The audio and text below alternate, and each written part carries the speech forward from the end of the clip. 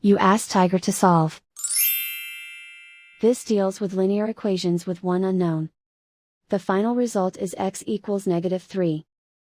Let's solve it step by step. Group all x terms on the left side of the equation.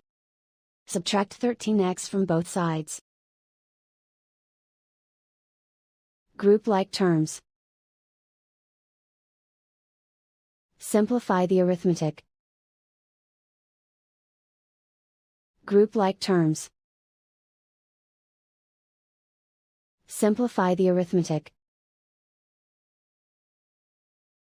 Group all constants on the right side of the equation. Add 23 to both sides.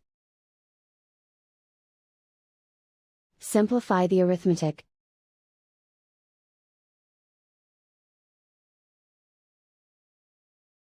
Isolate the x. Divide both sides by -15. Cancel out the negatives. Simplify the fraction.